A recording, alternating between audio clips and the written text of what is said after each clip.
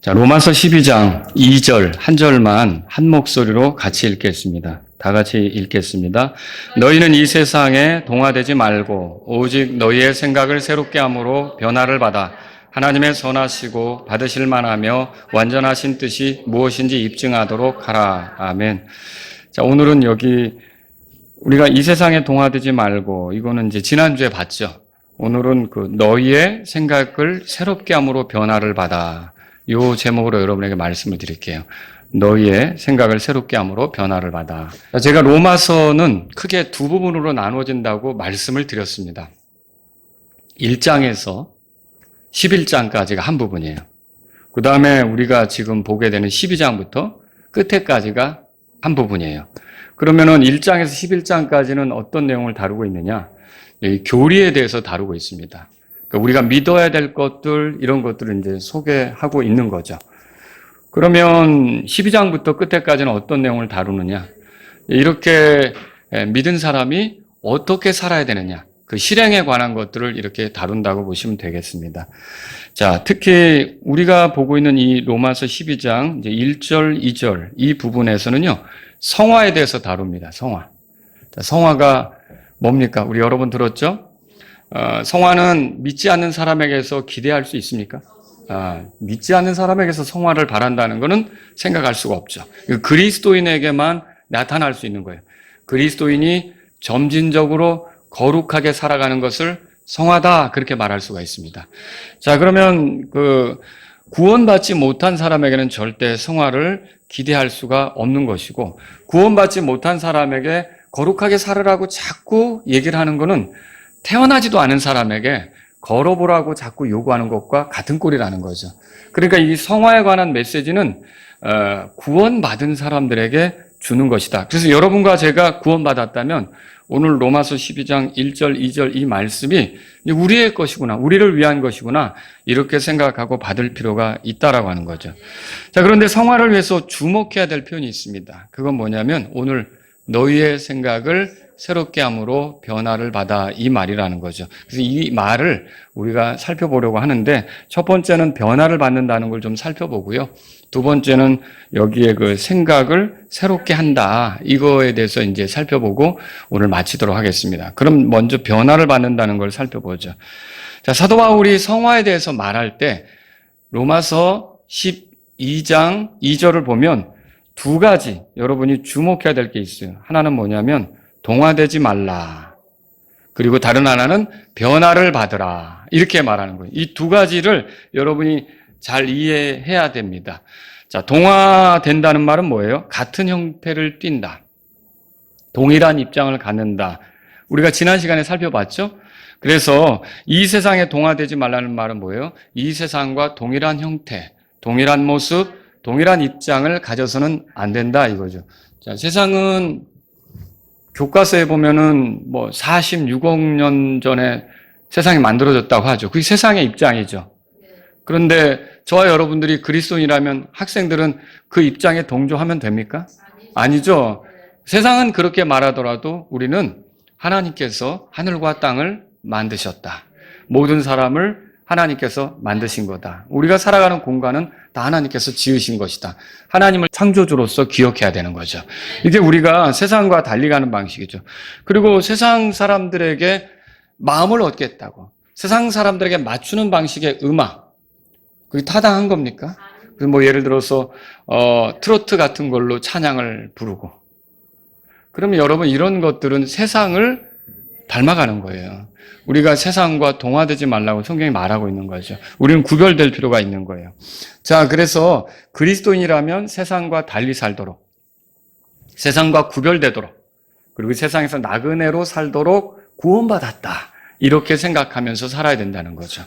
자, 여기서 동화된다는 말이 중요하고요. 그래서 우리에게는 동화되지 말라, 이렇게 권면하는 거죠. 또 하나는 뭐냐면 변화를 받아라, 이 말이 중요한 거예요. 변화를 받는다는 말은 뭐냐면 형태, 모양, 외관을 바꾸는 걸 말해요. 이거는 이제 여러분이 어디서 발견할 수 있냐면, 나비가 원래 애벌레였지만 고치 속에서 나오면서 나비가 되잖아요. 동일한 존재인데 형태가 달라지죠? 이게 변화가 되는 거예요. 그래서 마태복음 17장에 보면 예수님께서 변화산에 올라갔었던 것이 기록되어 있는데 거기에 이제 제자들 데리고 올라갔죠. 제가 읽어드릴게요. 17장 1절 2절입니다. 그리고 엿새 후에 예수님께서 베드로 야고보와 그의 형제 요한을 데리고 따로 높은 산에 올라가셔서 그들 앞에서 변화되셨으니 그분의 얼굴이 해처럼 빛나고 그분의 옷이 빛처럼 희어졌더라. 물론 킹제임스 역자들이 여기서 똑같은 단어를 영어 단어를 다르게 썼지만 의미는 같아요. 그러니까 변화되었다 이 말, 변화되셨다 이 말은 같은 거예요. 그래서 동일한 존재가 다른 모습으로 바뀌는 것을 표현한 말이에요. 그러면 여러분 이렇게 볼 때 성화라는 건 뭐예요? 동화되지 않는 것, 그 다음에 변화되는 것, 이거를 통해서 성화가 가능하다는 것을 우리가 보게 되는 거죠. 그래서 그리스도인으로서 세상적인 방식을 버리고 과거의 모습과는 다르게 될 때 그 사람이 이제 점진적으로 거룩하게 살아가는 삶이 나올 수 있다. 이렇게 볼 수 있는 거죠. 그런데 여기서 이제 우리가 생각해야 될 게 그럼 이 변화, 이게 우리 힘으로 가능한 건가? 우리가 노력한다고 되는 건가? 우리가 이런 것들을 막 이렇게 뭐 애를 쓴다고 변화가 가능한 건가? 이게 쉽지가 않은 문제죠. 변화는 우리 힘으로 되는 게 아니에요. 로마서 여기 12장에 보면 그 3절부터 그 밑으로 쭉 내려가면 그 명령들에 대해서 나오거든요. 자, 이렇게 살아가는 거. 예를 들어서 뭐 13절에 성도들의 필요에 따라 나눠주며 환대하기를 힘쓰라. 뭐 핍박하는 자들을 축복하고 저주하지 말라. 이런 명령들이 쭉 나오는데 이렇게 사는 것은 우리가 변화받을 때만 가능하다. 변화받을 때만 가능하다는 거죠. 그런데 이 변화가 우리 힘으로 가능한가? 아니, 그래서 여기 성경을 보실 때 너희의 생각을 새롭게 함으로 변화하라 이렇게 돼 있어요. 어떻게 돼 있죠? 변화를 받아라 이렇게 돼 있어요. 그러면 이게 무슨 뜻이냐면 이게 수동형으로 돼 있어요. 변화가 우리가 만들어낼 수 있는 것이 아니라 이 변화가 주어지는 거죠. 우리에게 오는 거예요. 그런데 그런 변화가 올 때 그 조건이 뭐냐? 어떨 때 이런 변화가 우리에게 올 수 있느냐? 무엇에 의해서 그렇게 되느냐라고 할 때 이 본문에 보면요. 우리의 생각이 새롭게 되는 것에 의해서 변화받는 게 가능하다는 걸 우리가 알 수 있는 거죠. 자, 우리의 생각을 세상이 지배한다면 세상과 동화되는 거고요. 우리의 생각을 하나님 말씀이 지배해서 우리가 생각에 그 새롭게 됨이 있으면 우리는 변화를 받게 되는 거고요. 그리고 거룩하게 사는 게 가능하다는 거죠.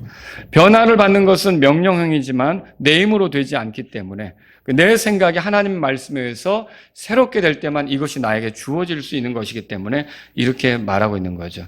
그래서 하나님 말씀에 의해서 중요한 것은 내가 누구며 하나님이 또 나에게 어떤 분이며 그리고 하나님이 나에게 약속한 것이 뭐고 하나님이 나에 대해서 가진 계획이 뭐고 내가 믿을 때 하나님을 나를 어떤 위치에 세우실 것이고 이런 것을 통해 이런 말씀들을 통해 내 생각이 새롭게 되잖아요.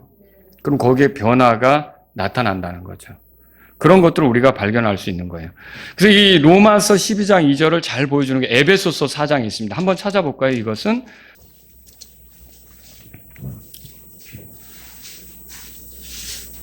근데 이게 뭐 예를 들어 스마트폰에 빠져 있다, 중독이 됐다.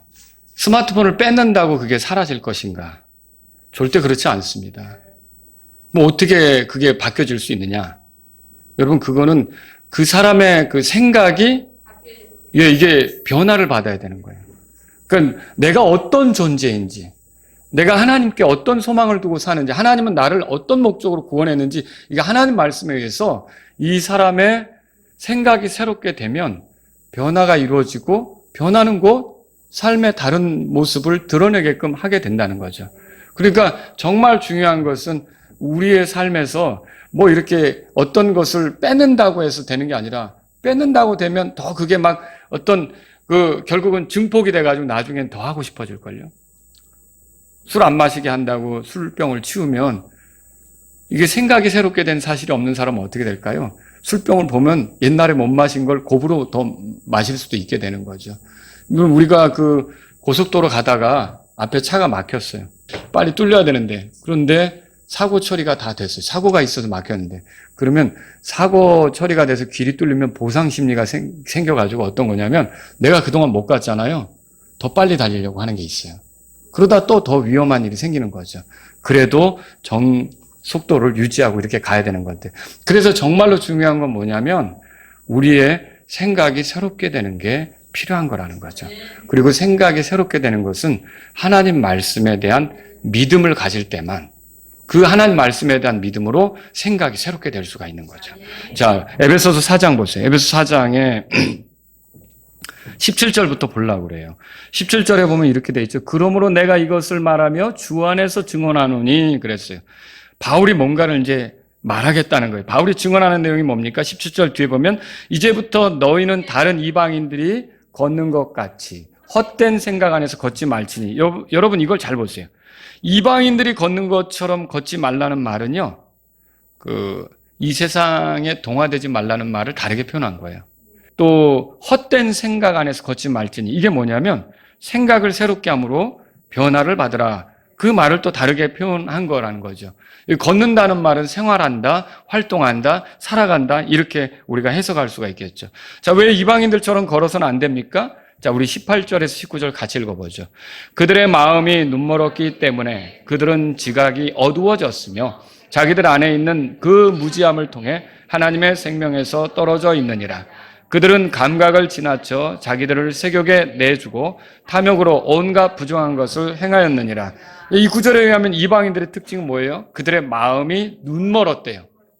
눈멀었다는 거는 제대로 못 본다는 거죠. 제대로 못 본다는 게 하나님께 속한 것들에 대해서 볼 줄 모른다는 거예요. 하나님의 계획, 하나님의 뜻, 하나님께서 준비하신 것들, 하나님이 하시는 일들, 하나님이 어떤 분이신지 이런 것들을 볼 줄 모르는 거죠. 그렇기 때문에 여기에 그들의 지각이 어두워졌다. 그 말이 덧붙여지고 있어요. 여러분, 그들의 지각이 어두워졌다는 말은요, 하나님께 속한 것을 이해할 수가 없다는 거죠. 여러분, 정말 우리가 구원 받았을 때 비로소 하나님께 속한 것들이 선명하게 보이는 거죠. 그죠? 이게 이방인들, 믿지 않는 사람들은 지각이 어두워져서 하나님께 속한 것들을 이해할 수가 없다라고 하는 거죠. 그래서 여기 무지함이란 말도 또 덧붙여졌어요. 무지함이 뭐예요? 하나님의 뜻, 하나님의 계획, 하나님의 기대, 하나님의 추구, 하나님이 하시려는 일들에 대해서 깜깜하다는 거예요. 알지 못한다는 거예요. 무지하다 이렇게 말하고 있는 거죠. 그래서 이런 하나님에게 속한 것들에 대해서 무지하니까 결과는 어떨까요? 이게 그 생명에서 떠나 있죠. 그 생명이 없으니까 하나님하고 관계가 없으니까 자기중심적이죠. 자기중심적. 그리고 감각을 따르면서 탐욕으로 온갖 부정한 일을 행한다는 게 지금 18절, 19절의 말씀이에요. 그리고 20절에는 이렇게 돼 있죠. 읽어보겠습니다. 다 같이. 오직 너희는 그리스도를 그렇게 배우지 아니하였느니라 그랬어요. 자, 여기 그리스도인은 그렇게 살도록 배우지 않았다는 말이에요. 우리가 예수님의 제자죠? 구원받았으면 다 제자로 사는 게 원칙이잖아요. 제자로 살도록 초대하는 거잖아요. 그렇기 때문에 우리가 이 예수님하고 관계 속에 살아갈 때 예수님은 우리를 그런 식으로 살도록 가르치지는 않았다라고 말을 하는 거죠. 21절에서 23절까지 한번 읽어볼까요? 같이 읽습니다. 만일 너희가 그분의 말씀을 듣고 그분에게서 가르침을 받았다면 진리가 예수님 안에 있는 것 같이 이전 행실에 관하여 너희가 속임으로 가득한 정욕들에 따라 썩은 옛사람을 벗어버리고 또 너희 생각의 영 안에서 새롭게 되어 그렇게 됐어요. 여러분 여기서 그 21절에 그분의 말씀을 듣고 그분에게서 가르침을 받았다면 그렇게 돼 있죠. 그분에게서 가르침을 받았다. 이게 우리가 그분의 제자로 산다는 거죠. 그분의 제자로 산다는 말을 여기서 해주고 있어요. 근데 그럼 그분의 제자로 삶을 살아가는 데 있어서 그분이 우리를 가르치는데 어떻게 가르치느냐? 여기 그분의 말씀을 듣고 그렇게 돼 있죠. 그분의 말씀이 우리에게 오는 거예요. 말씀이 오면 우리에게 주는 건 뭐죠? 믿음이죠. 믿음이잖아요. 말씀을 들으면 믿음이 생기잖아요. 이 말씀이 들어와서 믿음이 생겨 그 믿음에 의해서 우리 생각이 새롭게 되면 그때는 우리가 이런 이방인들, 하나님을 알지 못하는 사람들처럼 살지는 않게 된다는 것을 말하고 있는 거예요. 그래서 여기 보시면 여러분 23절에 너희 생각의 영 안에서 새롭게 되어 이렇게 돼 있죠? 이게 지금 오늘 우리가 이 로마서에서 너희의 생각을 새롭게 함으로 변화를 받아 그것에 해당하는 거라는 거죠. 그래서 여기서 우리가 알 수 있는 게 그거예요. 아, 하나님 말씀으로 가르침을 받고 그 말씀을 들어서 우리에게 믿음이 생기면 그 믿음에 의해서 우리의 생각이 새롭게 되고 그렇게 되면 자연스럽게 변화가 나타나고 여러분 사람은 생각하는 대로 행동하거든요. 생각하는 대로 행동하잖아요. 근데 생각이 새로워지니까 다른 삶이 나오는 거예요. 그럴 때 비로소 그런 생각이 있기 때문에 명령들을 주는 거예요. 이렇게 해봐라, 저렇게 해봐라, 명령들을 주는 거죠. 그래서 여기 본문에 보면요. 25절에 그런즉 거짓말을 내버리고 여기서부터 그렇게 살라고 하는 게 나오는 거예요. 변화받으니까 이런 삶이 가능하다는 거죠. 그런즉 거짓말을 내버리고 자기 이웃과 함께 각 사람이 진리를 말하라. 이는 우리가 서로 지체이기 때문이라. 너희는 화를 내도 죄를 짓지 말고 해가 지도록 진노하지 말며 마귀에게 틈을 주지 말라. 28절 29절 다 같이 읽을까요? 도둑질한 자는 더 이상 도둑질하지 말게 하고 오히려 그는 노동을 하여 궁핍한 자에게 줄 것이 있도록 자기 손으로 선한 일을 하게 하라. 부패한 대화는 너희 입 밖에 내지도 말고 오직 세워주는 일에 쓸 좋은 것을 말할지니 이것은 듣는 자들에게 은혜를 끼치게 하려 함이라. 이런 삶이 거룩한 삶 아닙니까? 어떻게 이것이 가능해요? 이것은 변화를 받아야 가능한 거죠. 변화를 받지 않고 이런 삶을 살 수가 없는 거죠. 근데 어떻게 변화가 될 수 있어요? 생각이 새롭게 돼야 되죠. 생각이 새롭게 되는 건 어떻게 가능해요? 내가 믿음, 하나님 말씀으로 믿음이 내 생각을 지배하게 돼야 되죠. 그럴 때 내가 새로운 이런 정말 하나님이 기뻐하시는 거룩한 삶이 가능하다라고 하는 거예요. 그래서 변화를 받으라 이렇게 먼저 말하고 있다는 것이죠. 자, 그러면 여기서 생각이 새롭게 된다는 걸 두 번째로 살펴보죠. 생각이 새롭게 되는 것은요, 우리의 이성적 영역이 달라지는 거예요. 자, 에베소서 4장 거기 보시면 23절에 너희의 생각의 영 안에서 새롭게 되 그랬죠? 자, 이거나 로마서 12장에 나오는 생각이나 같은 단어거든요. 그럼 이건 뭘 얘기하는 거냐면 이성적 영역을 얘기하는 거예요.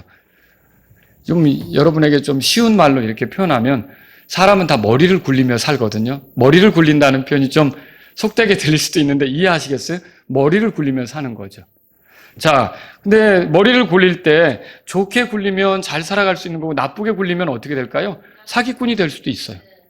탐욕적으로, 살인하고 간음하고 탐욕적으로 살 수도 있어요. 머리를 어떻게 굴리느냐에 따라서 사람의 삶이 달라지게 될 수 있는 거죠. 그래서 여기서 생각을 새롭게 한다는 말은 쉽게 말하면 결국은 이 머리가 이렇게 다른 방식으로 굴러가게 되는 거예요. 어떻게 굴러가는 거냐면 하나님 말씀에 대한 믿음으로 이 머리를 굴리게 되는 거죠. 이렇게 표현할 수가 있는 거죠. 예를 들어 구원받기 전에 바울을 봅시다.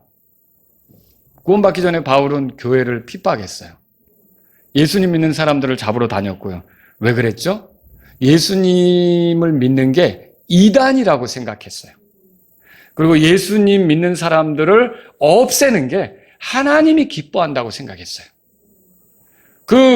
예수님을 믿는 사람들이 돌아다니는 것을 하나님이 불쾌하게 여기리라 그렇게 생각했던 거예요. 그러니까 이런 생각 속에 있을 때는 예수님을 믿는 사람들을 대적했던 거예요. 근데 이 바울이 예수님을 만나요. 그리고 예수님이 그리스도라는 걸 믿게 돼요. 그리고 예수님이 하나님이 보내신 구원자라는 생각을 하는 거죠. 그리고 나만이 아니라 모든 사람이 예수님을 믿어야 된다는 생각을 갖는 거죠. 그리고 예수님을 통해서만 사람들이 구원받을 수 있다는 생각을 갖는 거죠. 생각이 새롭게 됐어요. 생각이 새롭게 되니까 어때요? 하나님의 말씀, 예수님에 대한 믿음으로 생각이 새롭게 되니까 행동이 달라지는 거예요. 변화를 받아서 나타나는 행동이 뭐예요? 복음을 전하러 가죠. 자기가 그렇게 싫어했던 그 복음을 전하러 다니고 자기가 그렇게 핍박했던 그 교회가 이제 하나라도 더 생기기를 바라서 움직이는 거죠. 어떻게 이런 변화가 나타나요? 그 사람의 생각이 새로워진 거죠. 하나님의 말씀을 통해서 믿음이 생겨서 머리를 굴리는 방식이 달라졌다라는 거죠. 그래서 이게 생각이 새로워진다는 건 뭐냐면요. 이렇게 이성적인 영역에서 달라지는 거예요. 하나님 말씀 때문에. 하나님 말씀 때문에 이렇게 달라지는 거죠.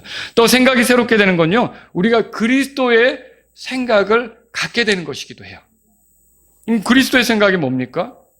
그리스도의 생각은 그리스도가 뭘 생각하고 있을까요? 이 땅에 오시면서 십자가로 나아가면서 죽으시고 묻히고 부활하면서 그리스도가 온전히 생각한 게 뭘까요? 죄인이 구원받는 거 아니에요?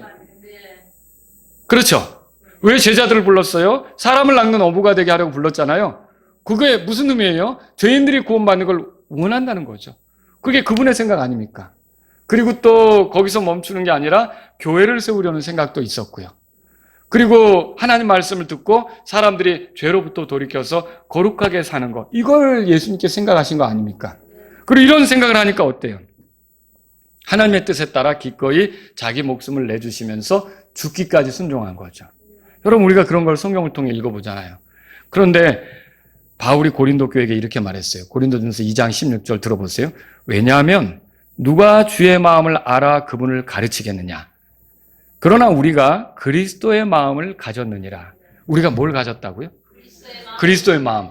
여기에 그리스도의 마음이라고 번역된 그 영어 단어나 원래 단어나 이게 생각이란 말이에요. The mind of Christ. 그렇게 돼 있어요. 그러니까 생각을 얘기하는 거죠. 우리가 그리스도의 생각을 가졌다. 그래서 생각이 새롭게 된다는 건 그리스도의 생각을 갖는 거죠. 그리고 여기서 멈추지 않고 빌립보 교회 성도들에게는 뭐라고 말하느냐? 빌립보서 2장 5절에 너희 안에 이 마음을 품을지니 그것은 그리스도 예수님 안에도 있던 것이라. 이때 이 마음이 있잖아요. 이것도 역시 마인드예요. 그리고 생각이죠. 그러니까 그리스도 안에 있던 생각이 너희 안에 있어야겠다. 그래서 우리의 생각이 새롭게 된다는 건 뭡니까? 왜 그리스도의 생각으로 우리가 충만하게 되는 거죠. 그리스도의 생각으로 충만하는 거예요. 이렇게. 그래서 그리스도의 생각이 충만하게 되려면 어떻게 됩니까? 그리스도의 말씀이 우리 속에 거해야죠. 그렇죠? 그리스도의 말씀이 우리 속에 거하는 거죠. 이런 것들을 통해서 우리의 생각이 새롭게 될 수가 있다는 것을 보게 되는 거죠. 아담과 이브는 에덴 동산에서 하나님께서 금하신 것을 먹었어요. 그게 그들의 범법이었죠. 그런데 그 범법에 이르기 전에 어떤 일이 있었느냐? 마귀가 등장해서 아담과 이브의 생각을 흐트러 놨어요. 아담과 이브는 처음에는 하나님을 신뢰했어요. 하나님이 주신 것들을 기뻐했고 누려갔던 사람들이에요.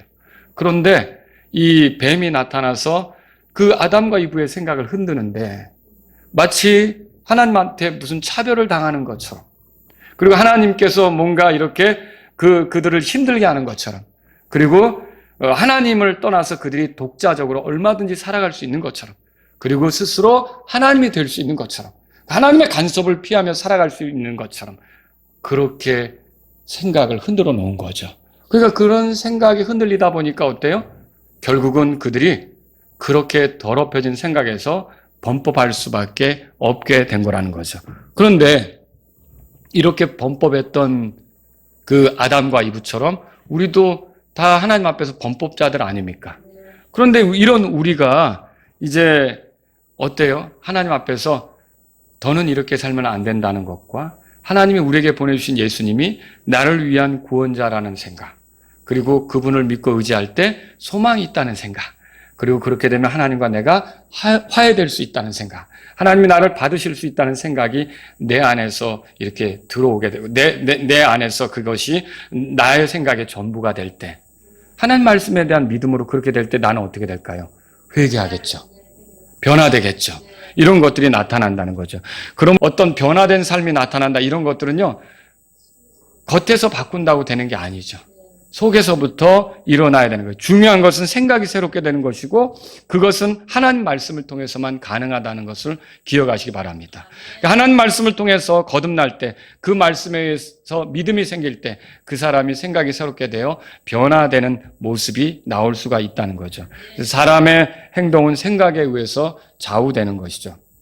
어떻게 생각이 새롭게 되는지, 이게 이제 우리가 그리스도의 말씀이 우리 속에 거할 때 우리의 생각이 영향을 받게 되는 거죠. 그래서 예수님이 이렇게 말씀하셨어요. 지난 주일날 제가 오전에 말씀드린 것 같은데 요한복음 8장 31절에 만일 너희가 내 말에 거하면 너희가 참으로 내 제자가 되고, 그렇게 돼 있죠. 그 다음 구절은 또 이렇게 돼 있죠. 또 너희가 진리를 알지니 진리가 너희를 자유롭게 하리라. 예, 여기 생각이 새롭게 된다는 말은 진리에 사로잡히는 거고요. 진리는 아버지의 말씀 있잖아요.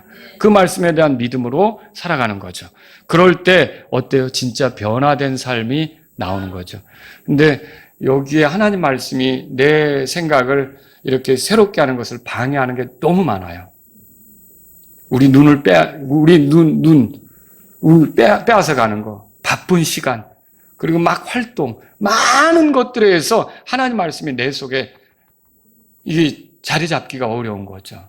그런데 여러분은 그럴 때 어떻게 해야 되겠습니까?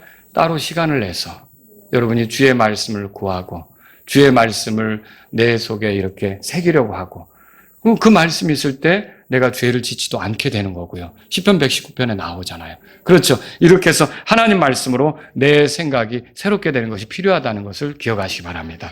생각을 새롭게 함으로 변화를 받아 행동하는 사람과 그 행동만 바꾸려고 노력하는 사람은 결국은 표가 나게 돼 있어요. 제가 아는 아주 거친 학생이 있었습니다.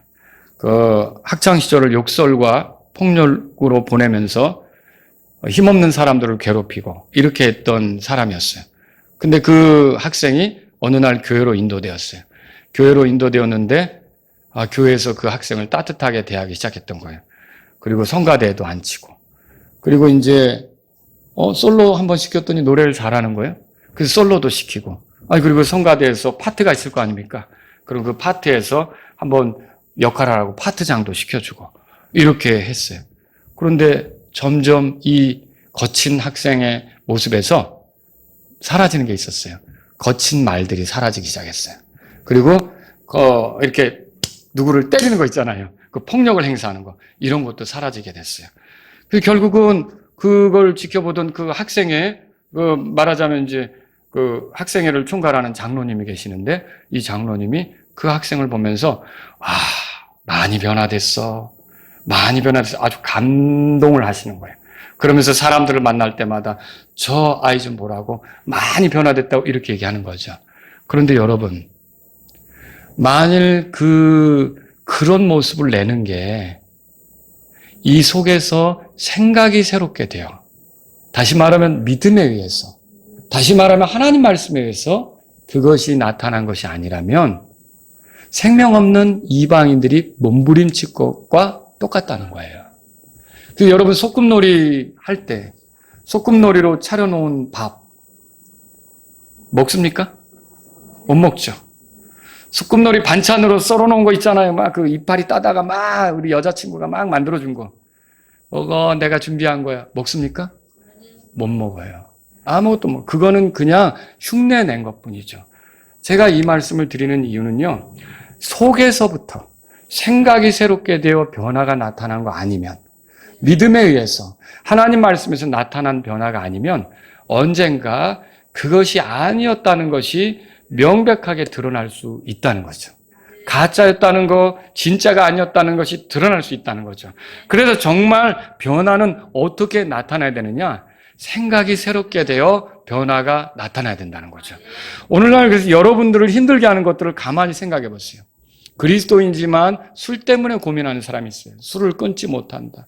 담배 때문에 고민하는 사람이 있어요. 담배를 끊지 못한다. 음란물 때문에 고민하는 사람이 있어요. 그리고 주님 앞에 와서는 또 막 괴로워하고 또 게임 중독에 빠진 사람이 있어요. 이런 막 스마트폰이 없으면 못 사는 것처럼 막 벌벌벌 떨고 쇼츠에 중독이 돼가지고 이 쇼츠가 해로운 겁니다. 자꾸 거기에 볼수록 결국은 이게 전두엽이 손상되고요. 여러 가지 그 사고하고 판단할 수 있는 것들이 떨어질 수밖에 없거든요. 그런데 그렇게 사는 거예요. 그러면 그런 거 어떻게 바뀔 수 있느냐는 거예요. 그거가 변화되려면요. 주님하고 나와의 관계에서 그분이 말씀하신 거에 대한 믿음으로 생각이 새롭게 돼야 돼요. 그렇지 않고 그거 말고 어떻게 하면 이거 내가 중독에서 벗어날까? 그 고민을 한다고 그게 되는 게 아니에요. 그 고민으로 이렇게 해볼까 저렇게 해볼까 한다고 되는 게 아니죠. 정말 그 사람이 하나님 말씀을 통해 더 가치 있는 게 뭔지를 발견하고요. 그것에 대한 믿음이 생기고요. 그렇게 되면 갖다 줘도 시간 아까워서 내가 못하겠다. 갖다 줘도 내가 그거 쳐다볼 수가 없겠다. 이렇게 되는 거죠. 그럼 어떻게 해야 돼요? 여러분, 하나님 말씀으로 돌아가는 일이 필요한 거죠. 하나님 말씀으로 돌아가서 얻게 된 믿음, 하나님 말씀으로 얻게 된 믿음으로 내 생각이 새롭게 될 때 변화를 받는다는 거예요. 그래서 여러분 가운데 이게 나에게 아주 그냥 그 습관처럼 중독처럼 달라붙어가지고 힘들다 그럴 때는 여러분이 하나님께로 가야 돼요.